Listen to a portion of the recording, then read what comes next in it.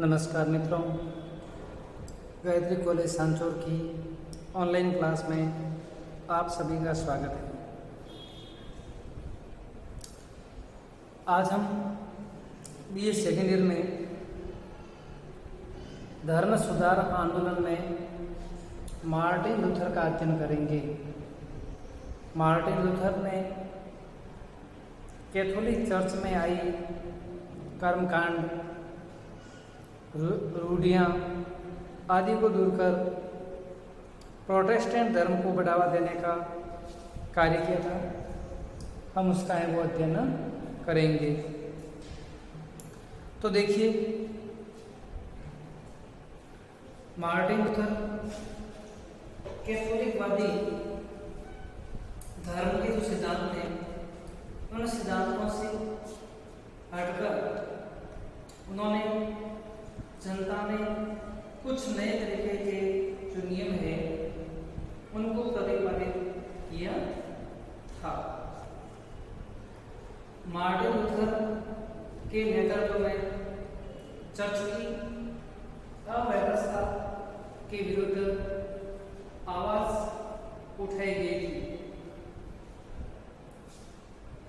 Martin Luther एक नेता व धार्मिक व्यक्ति थे।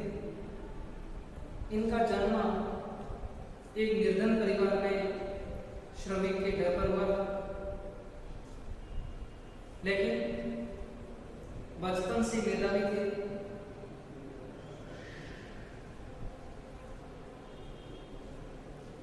अठारह वर्ष की आयु में एरफर्ट विश्वविद्यालय में पहुंचे।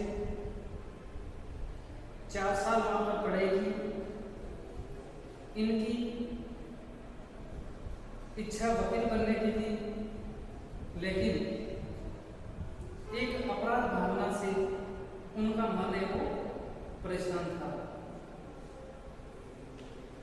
अपने पिता की इच्छा के विरुद्ध उन्होंने साधु बनने का निश्चय किया और एरफर्ट के मठ में जाकर मुक्ति का उपाय है वो सोचने लगे थे, क्योंकि स्वयं की मुक्ति में उनकी गहरी रुचि थी।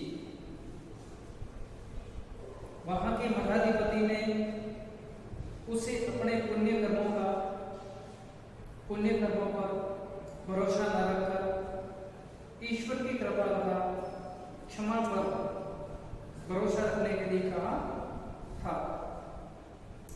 और यहाँ रहते हुए मार्टिन लूथर ने महात्मा पॉल और ऑगस्टाइन के लेखों का गंभीर मनन किया, जिससे उसे ज्ञान हुआ कि मनुष्य किसी भी पुण्य को करने में समर्थ नहीं है।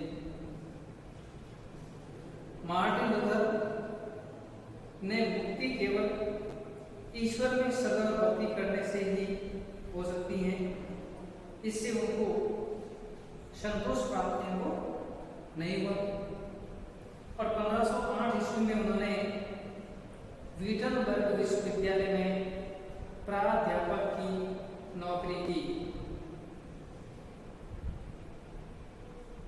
और वहीं पर उन्होंने जो चर्च के धर्माधिकारी हैं उनके गलत आचरण, भ्रष्टाचार आदि को समाप्त करने का बीड़ा उठाया था। उस समय में कैथोलिक चर्च वादियों ने पाप विमोचन पत्र की बिक्री शुरू कर दी। पाप विमोचन पत्र का अर्थ था कि अगर किसी ने पाप किया है, धर्म के अनुसार कार्य नहीं किया है, तो उन्हें पोप के आदेश के अनुसार गिरजाघर में जाकर महंगा धन या पैसे देकर पाप विमोचन पत्र खरीद लेना चाहिए। और पाप विमोचन पत्रों को खरीदने से उनके द्वारा किए गए पाप से मुक्ति है वो मिल जाएगी। ये पाप विमोचन पत्र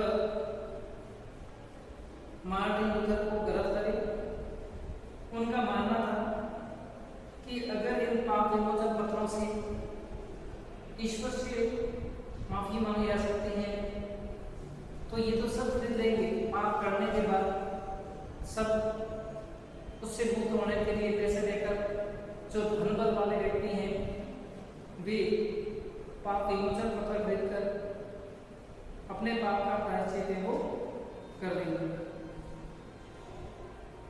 इससे मार्टिन लूथर को दुख हुआ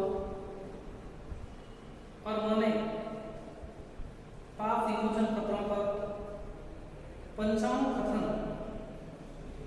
जिसे 95 थीसिस कहा जाता है, के रूप में लैटिन में लिखकर वीटनबर्ग के गिरजाघर के दरवाजे पर लगा दिए। लूथर ने 95 थीसिस का जर्मन भाषा में ट्रांसलेट किया और वितरण शुरू कर दिया। 1519 में एक धर्मशास्त्री पादरी के साथ बहस करते हुए उन्हें खुले रूप में चुनौती देकर कैथोलिक चर्च की रूढ़िवादी महापरिषद ने इसकी निंदा की थी। 1520 ईस्वी में लूथर ने अपने 3 उत्तेजक लेखों में चर्च की बहुत सी शिक्षाओं और पादरियों की विशेष स्थिति की आलोचना भी है वो की थी। लूथर चाहते थे कि जर्मन बिशपों की नियुक्ति यानी पोप की नियुक्ति जर्मन शासकों के द्वारा हो और इसमें पोप का कोई नियंत्रण है वो न हो।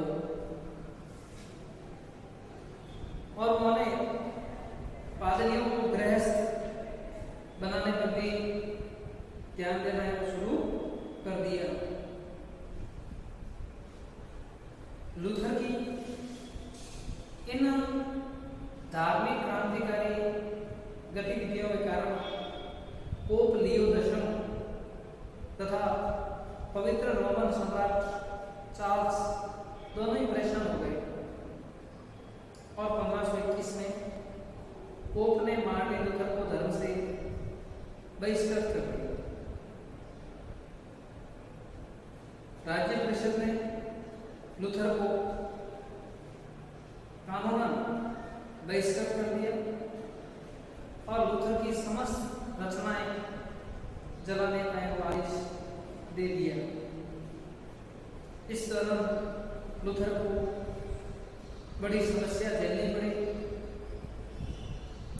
और उन्हें जंगल में भागकर अपनी जान बचानी पड़ी। धीरे धीरे मार्टिन लूथर के विचार जनता तक पहुंचे, जनता में उनका असर हुआ और जनता तक पहुंचने के बाद जनता ने मार्टिन लूथर के पत्रों को, विचारों को स्वीकार किया और मार्टिन लूथर के पक्ष में कई लोग आ गए और उन्होंने धर्म में सुधार का जिम्मा उठाया और वे प्रोटेस्टेंट के नाम से पुकारे जाने लगे थे। मार्टिन लूथर के सिद्धांत थे जो निम्न प्रकार हैं। मार्टिन लूथर का मानना था कि पोप सर्वोच्च शक्ति नहीं है। पोप की शक्ति का विकास धीरे धीरे हुआ है और इसका कारण जनसाधारण की अज्ञानता रही है। अर्थात जनसाधारण की अज्ञानता का फायदा उठाकर पोप ने अपनी शक्ति का विकास किया है। मध्य युग के पूर्व के महात्माओं को न तो स्तुति का न वैतरणी का स्थान था और न ही रोम के बिशप का कैथोलिक चर्च का आधिपत्य होना था, अर्थात उनके पास में पोप की जो धार्मिक शक्ति है वो सर्वोच्च नहीं मानी जाती थी। फिर क्षमा याचना में विशेष लाभ नहीं होता था। जो व्यक्ति वास्तव में पश्चाताप करता है वह यातना से भागता नहीं। यातना मतलब दुख या पीड़ा उसको भोगता है, अपितु पश्चाताप की चिर स्मृति को बनाए रखने के लिए उसे सहर्ष सहन करता है, अर्थात पाप का प्रायश्चित करने के लिए उसे दुख भोगने पड़ते हैं। वह धन बल के आधार पर पाप विमोचन पत्र खरीदकर पैसे देकर पाप से मुक्त नहीं हो सकता। चर्च के संस्कारों तथा क्षमा याचना पत्रों से क्षमा नहीं मिल सकती है, और जो व्यक्ति अंतःकरण से पश्चाताप करता है, मन से पश्चाताप करता है, तो उसे पापों व यातना दोनों से मुक्ति मिल जाती है। तीसरा है रोमन चर्च के जो प्रभुत्व है उस प्रभुत्व का अंत करके राष्ट्रीय चर्च को सबल बनाया जा सकता है, क्योंकि रोमन प्रभुत्व की अहंकारी भावना ने धर्म को पंगु बना दिया था, और लूथर के अनुसार हमें आंख मूंदकर रोम के प्रभुत्व को स्वीकार नहीं करना चाहिए। हमारे लिए धर्म ग्रंथ खुले हैं, हम धर्म ग्रंथों का अध्ययन है वो कर सकते हैं। श्रद्धालु व्यक्ति केवल रोम व पोप व पादरी या चर्च पर निर्भर नहीं करते, वे स्वयं भी ज्ञान प्राप्त कर सकते हैं। अगला है मुक्ति केवल ईश्वर की असीम दया, ईश्वर में श्रद्धा और भक्ति के द्वारा ही प्राप्त हो सकती है, धर्माधिकारियों की कृपा से नहीं। मार्टिन लूथर का मानना था कि जो मुक्ति है वो ईश्वर की दया से हो सकती है। ईश्वर की दया के बिना मुक्ति संभव है वो नहीं है, और इसके लिए हमें ईश्वर के प्रति श्रद्धा भक्ति का भाव रखना पड़ेगा। हम धर्माधिकारियों को पादरियों की कृपा से ईश्वर को प्राप्त नहीं कर सकते। अगला था मार्टिन लूथर का मानना था कि किसी भी धार्मिक संस्था के किसी भी अगर धार्मिक अधिकारी, चाहे वो कितना ही बड़ा क्यों ना हो या वो छोटा क्यों ना, अगर वह गलती करता है तो नियमानुसार उसे भी सजा मिलनी चाहिए, उसे भी उसकी गलती का प्रायश्चित है वो होना चाहिए। इसलिए उनका मानना था कि न्याय व्यवस्था छोटे व बड़े सभी के लिए समान है, उसमें कोई बड़ा व कोई छोटा नहीं। अगला उनका मानना था कि चर्च में भ्रष्टाचार रोकने के लिए, चर्च में भ्रष्टाचार है, पादरी वर्ग के लोग अनैतिक कार्य भी करते हैं, इसलिए उनका मानना था कि पादरी लोगों को भी विवाह करके सभ्य नागरिक की तरह जीवन यापन करने की अनुमति दी जानी चाहिए। गृहस्थ जीवन में रहते हुए भी पादरी लोग धर्म प्रचार का काम कर सकते थे।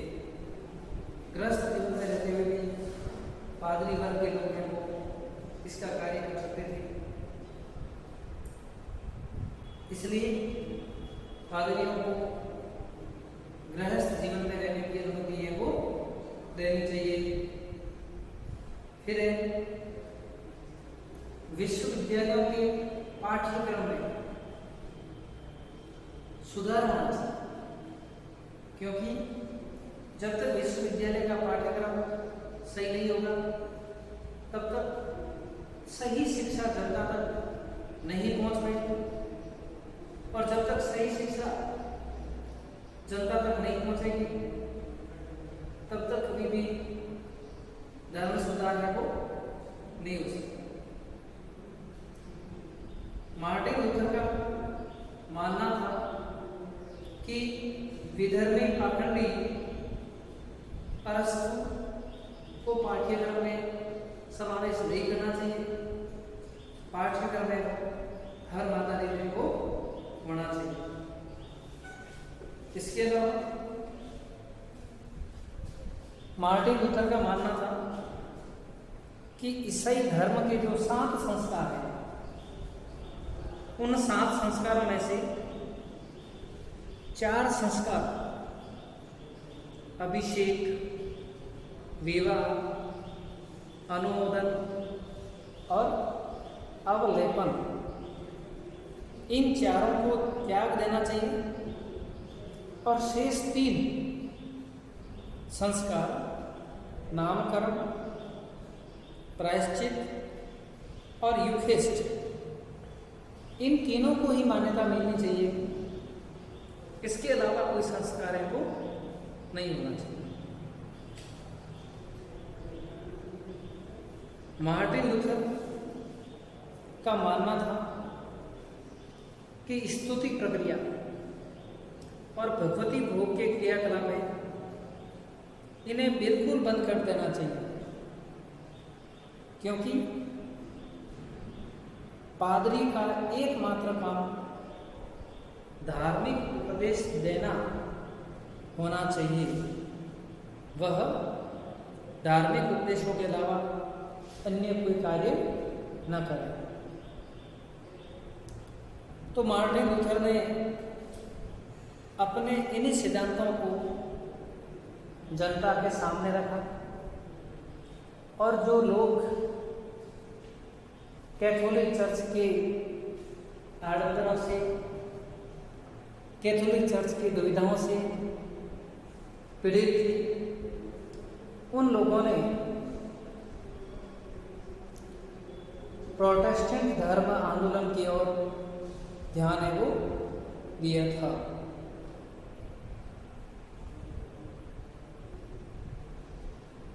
मार्टिन लूथर प्रोटेस्टेंट विचारक थे। चार्ल्स पंचम व पोप ने मार्टिन लूथर व उनके समर्थकों को कई तरह से दंडित करने की कोशिश की, परेशान करने की कोशिश की, लेकिन उन्होंने अपना प्रभाव है वो कम नहीं किया। जर्मनी गृह युद्ध की ज्वाला में जलने लगा। एक तरफ कैथोलिक विचारधारा वाले लोग, दूसरी तरफ प्रोटेस्टेंट विचारधारा वाले लोग हो गए, और अंत में 1555 ईस्वी में दोनों पक्षों के बीच में समझौता हो गया, और उस समझौते को आक्सबर्ग की धार्मिक संधि के नाम से जाना जाता है। और इसके तहत प्रोटेस्टेंट विचारधारा भी वहाँ पर अधिक मात्रा में फैलनी शुरू हो गई थी। धन्यवाद।